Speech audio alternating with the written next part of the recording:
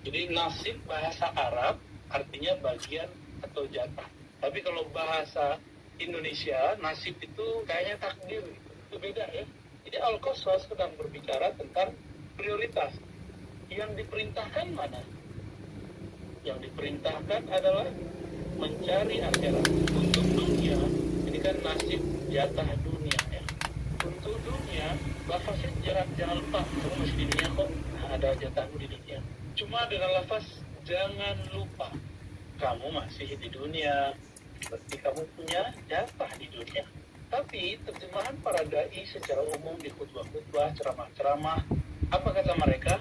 Akhirat 50%, dunia 50%. Ini terjemahan umum dan ini keliru besar. Kenapa keliru besar? Karena yang disuruh oleh Allah mencari akhirat, tapi jangan lupa dunia. Lalu gimana caranya? Ternyata lafaz Arabnya wabtaghi, carilah fima, pada apa yang atakallah, yang Allah telah datangkan kepada kamu dari negeri akhirat. Nah, ternyata menemukan akhirat itu ada dalam dunia. Jadi akhirat kita itu tergantung dunia kita. Oleh karena itu, mencari akhirat tidak bisa dilepaskan dari aktivitas duniawi. Maka kalimatnya jangan 50-50. Yang dominan tetap akhirat. Jadi kalau mau dikasih yang benar, akhiratnya 80%, dunianya 20%. Bukan berarti ini ngurangin kerjaan, bukan. Ini berbicara nilai. Karena lafaznya pakai fima, terhadap nilai-nilai yang ada di akhirat. Jadi kalau saya menerjemahkan, ini kan terjemahan biasa ya, carilah akhirat, jangan lupa dunia. Tapi saya menerjemahkan, ada lafaz di tengah-tengah itu adalah fima, ya, fima atakallah, ataka. Kalau dalam bahasa Arab nih, kalau yang bisa ngikutin, ma itu menunjukkan bagi saya nilai akhirat. Carilah nilai-nilai ukhrawi dalam duniamu, kira-kira begitu. Jadi kalau kita kerja ya, kalau kita menganggap kerja kita ini menentukan akhirat, maka kita tidak akan melakukan hal-hal yang merugikan di akhirat. Ini sebagai contoh ya. Jadi dalam setiap lini di dunia, contohnya kita kerja ini duniawi atau usaha ya. Usaha misalnya kalau sekarang Bapak Ibu usaha apa Bu, jagung Bu ya? Iya, jagung. Ya kita sebut bisnis agraria lah ya. Biar umum bahasanya, bisnis agraria untuk pemberdayaan masyarakat misalnya. Dalam bisnis ini kan ada transaksi. Apa sisi akhirat dalam dunia? Ini dunia nih. Jadi kalau kita buat ini dunia. Lalu apa akhiratnya? Bekerja yang ikhlas, bekerja yang jujur. Jadi kejujuran, jujur itu adalah nilai dunia yang ada dalam dunia kerja. Jadi kalau Bapak Ibu ini kerja terus menerapkan kejujuran, wah berarti dalam kerja duniawinya dapat, dia justru mengejar akhirat. Jadi yang dikejar itu sikap jujurnya, kerja itu cuma perantara aja. Terus kalau sudah dapat hasil, bisnisnya dapat, lalu berbagi. Orang berbagi berarti dia sudah mendapatkan tujuan akhir dari dia berusaha. Orang hebat itu bukan orang yang menumpuk hartanya. Orang hebat itu yang dia jika mengumpulkan harta niatnya untuk berbagi kebaikan-kebaikan. Maka di tengah ayat itu adalah faswa ahsin kama ahsanallah ya.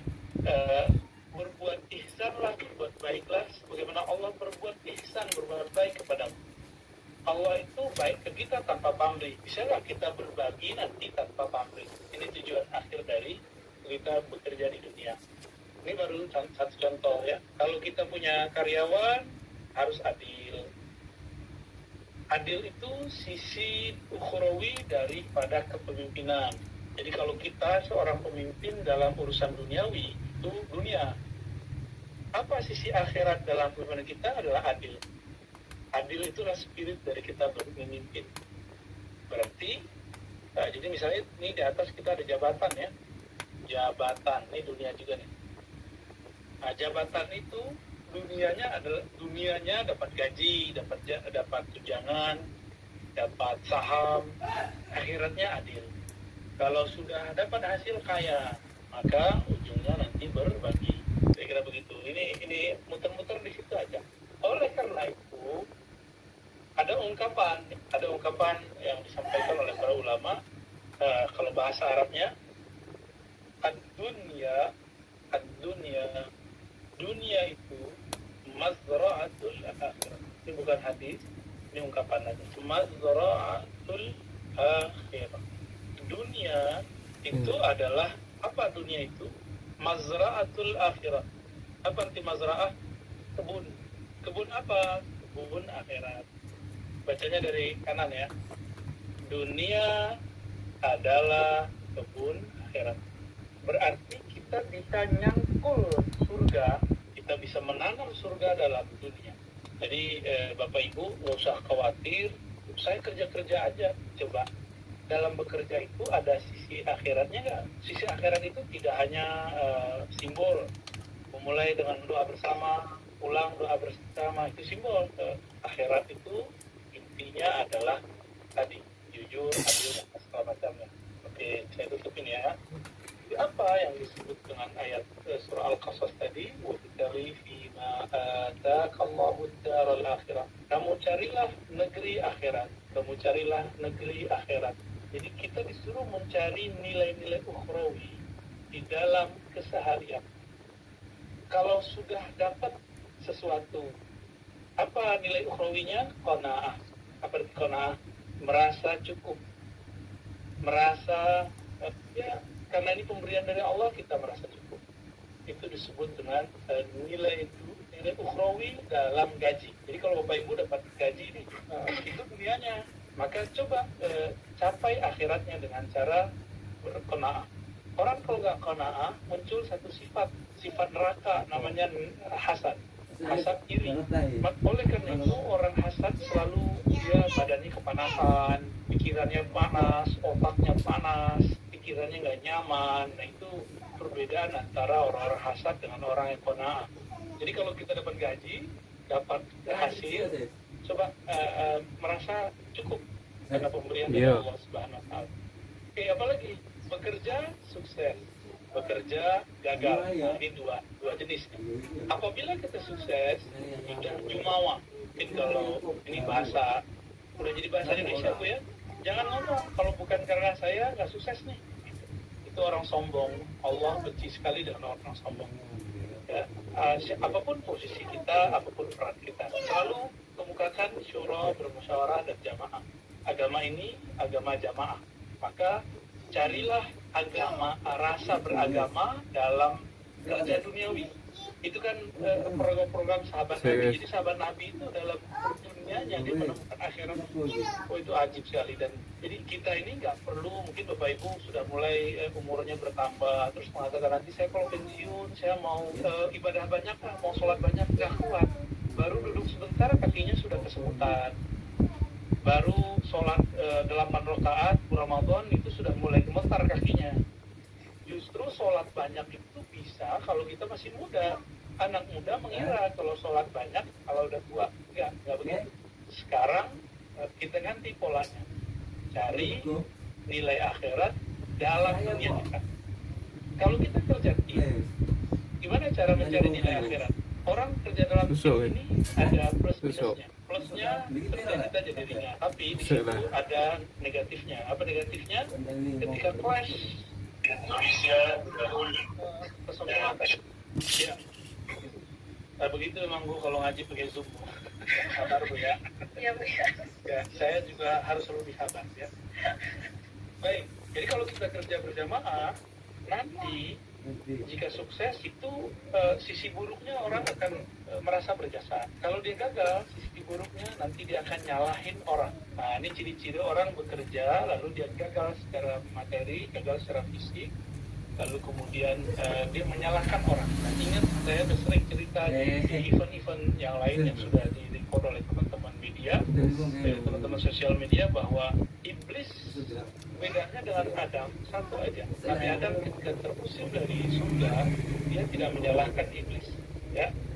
Adapun iblis ketika keluar dari surga dia menyalakan Adam, itu aja beda. Jangan sampai orang-orang bersifat iblis itu ada di sekitar kita. Kalau ada harus segera ditegur. Makanya perlu ada training berkala atau kajian berkala, training spiritual yang diberikan kepada tim-tim kita. Jangan hanya melatihnya secara fisik, dia harus dibimbing juga secara spiritual. Maka para pimpinan juga harus mengupgrade kerohaniannya. Ketika menghadapi masalah seperti itu jangan panik. Nah, dia nanti bisa membuat pola-pola kerohanian dalam mendidik ya. Kelemahan manusia itu kalau urusan duniawi yaitu fulus memakan, duit makan. Jika dia menjadikan visi hidupnya fulus, duit, dia akan respect sama kita kalau kita memberi dia fulus lebih banyak. Tapi jika visinya sudah akhirat, fulus banyak atau sedang, dia secara manusiawi mungkin tergoyangkan, tapi secara ukhrawi dia mengukur dirinya juga. Jadi, tapi jangan disalahartikan, jangan dijadikan ini untuk menekan gaji tidak gede, terus kita bawa akhirat, enggak juga. Justru supaya orang berakhirat itu kuat, dia jangan mikirin duit lagi seharusnya. Maka cita-cita pimpinan harus memakmurkan, mensejahterakan anggotanya semampu-makmurnya. Nanti tinggal dimasukin bab syukurnya. Coba Bapak Ibu lebih memilih sabar dalam ujian atau syukur dalam nikmat? Pasti yang kedua. Ya, pasti semuanya memilih saya kayaknya syukur dalam nikmat aja deh gitu ya. Kalau sabar dalam ujian kayaknya berat. Padahal dua ini dia terjadi berdampingan. Kan ayatnya begitu. Inna ma'al usri yusra. Ini coba kita tulis ayatnya, mungkin ayat ini sering dibaca tapi jarang diresapi. Surat yang sering kita baca waktu sholat subuh ya. Inna ma'al usri yusra. Ini ahli bahasa Arab marah ke saya nih tulisnya, enggak benar. Yusra. Sesungguhnya inna ma'al usri, bersamaan dengan suatu masalah ada yusron, dibaca yusra ya. Ini ada kata kunci sebenarnya. Pertama inna itu dalam bahasa Arab artinya sungguh. Kenapa Allah menggunakan kata sungguh? Berarti banyak orang yang meragukannya, banyak orang meragukan ini, maka Allah kemudian banyak orang meragukan kaidah ini kaidah sebenarnya. Ma'a, apa arti ma'a? Ma'a berarti bersamaan. Kalau bersama itu berarti sama-sama ada, cuma satu kelihatan, ada alifnya. Al-usri. Al-usri ini artinya tantangan, masalah, krisis, artinya sama ya. Bersamaan adanya tantangan, masalah, krisis, ujian, kesulitan ya, bisa juga diartikan semuanya kan sulit. Kesulitan. Di situ ada yusra. Ada yang unik dalam kata yusra. Yusra itu umum, lafaz umum. Disebut lafzul am. Lafaz am. Ya, kalau alif lamnya ada istighraq ya. Lafzul am berarti umum. Maksudnya ada satu kesulitan. Ini satu kesulitan, jalan keluar kemudahannya, arti yusra itu kemudahan atau HP, himpunan penyelesaian ya. Penyelesaiannya banyak, lebih dari satu, more than ya, lebih daripada satu. Jadi masalahnya satu, tapi jalan keluarnya lebih dari satu. Itu maksudnya. Jadi kalau ada satu masalah bisa diselesaikan dengan banyak cara. Apa saja masalahnya? Masalah pandemi, masalah paceklik, masalah hama. Ya, salah satu masalah bisnis agraria adalah hama. Ya. Itu bisa diselesaikan dengan banyak cara. Nah, tapi orang nggak percaya. Setiap kali ada kesulitan, ada banyak jalan kemudahan. Orang nggak percaya, kurang percaya, maka Allah gunakan kata sungguh, benar-benar. Setiap kali ada kesulitan, ada kemudahan. Setiap ada masalah, bersamaan itu ada yusra. Dan salah satu kabar gembiranya, tidaklah seseorang disulitkan, kecuali setelah itu imunitas daya kerjanya naik. Jadi setiap kali ada orang mendapatkan suatu masalah dalam dunia kerja, lalu dia menghadapi masalah itu, nanti spirit kerjanya naik. Spirit kerjanya pasti tambah meningkat. Jadi bagi saya, Yusro itu adalah dia kayak vaksin gitu, banyak cara. Sekarang aja kan virusnya satu, tapi vaksinnya bisa banyak.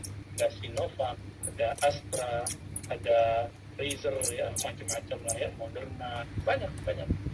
Kira-kira seperti ini. Dan ayat ini ditulis 2 kali berurutan.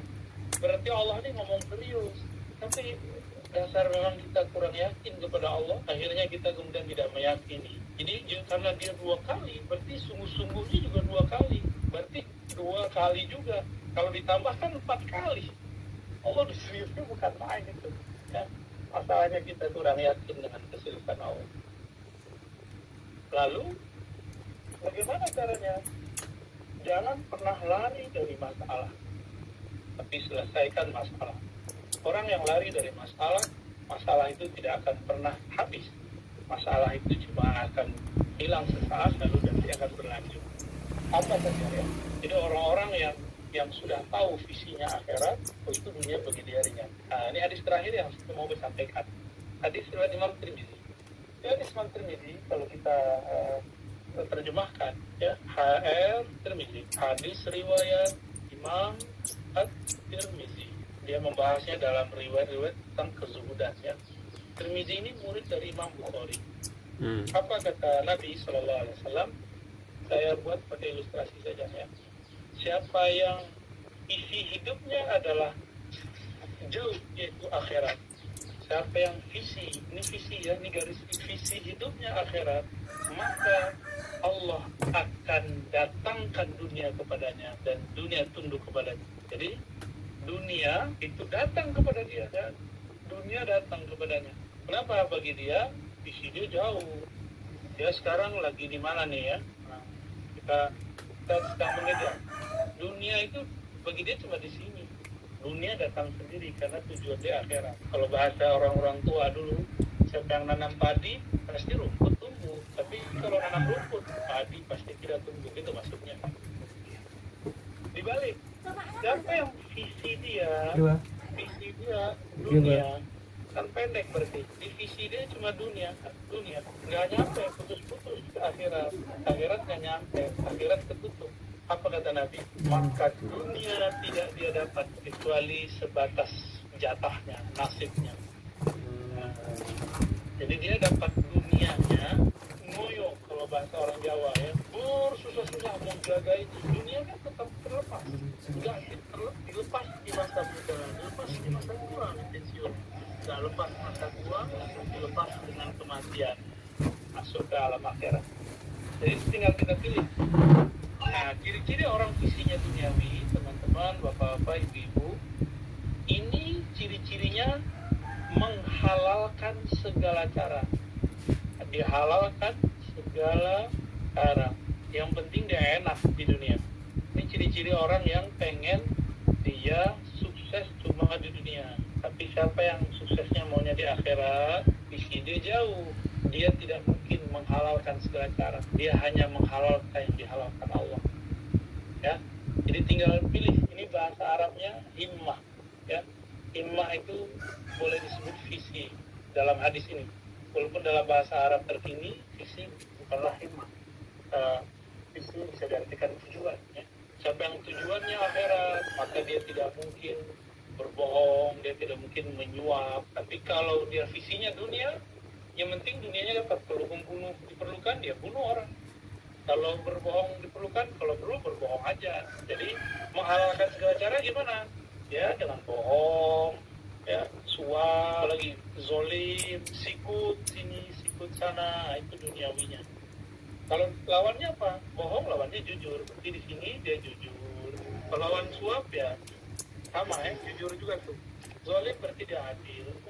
Itu aja modalnya. Berarti ciri-ciri orang visinya akhirat, dia punya karakter yang tadi saya sebut di depan, jujur dan adil. Siapa yang karakternya lebih banyak punya visi duniawi, bohong, suap, soal ini lebih tinggi dalam, lebih banyak dalam hidupnya. Karena yang penting bagi dia gaya hidup dunia bener. Orang ini ciri-cirinya dia lifestyle-nya ya begitulah. Kalau di sini tidak, isinya lebih baik. Baik, kira-kira itu Bapak Ibu refleksi sederhana dari surat Al-Qasas ayat 77 ya. Angkanya sangat menarik sekali, 7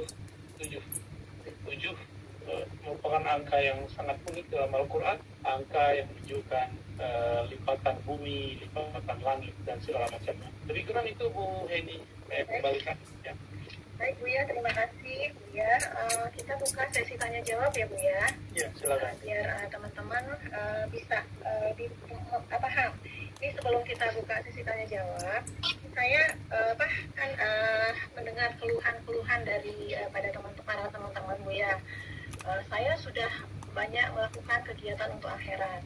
Saya sudah banyak melakukan ini, saya sudah bersedekah, saya sudah ini seperti kegiatan untuk akhirat lah. Tapi kenapa sih kok Allah belum membukakan jalan buat saya untuk bisa mendapatkan hasil yang maksimal di usaha atau di segala macam? Nah, itu pertanyaannya satu ya. Terus yang kedua, satu dulu, aku lupa. Ya. Ini kan teman-teman sudah banyak melakukan kegiatan untuk kegiatan akhirat lah, ibaratnya seperti sholat saya sudah sholat, saya sudah sedekah, saya sudah juga puasa Senin Kamis nih, pokoknya kegiatan dunia untuk akhiratnya sudah mereka kerjakan.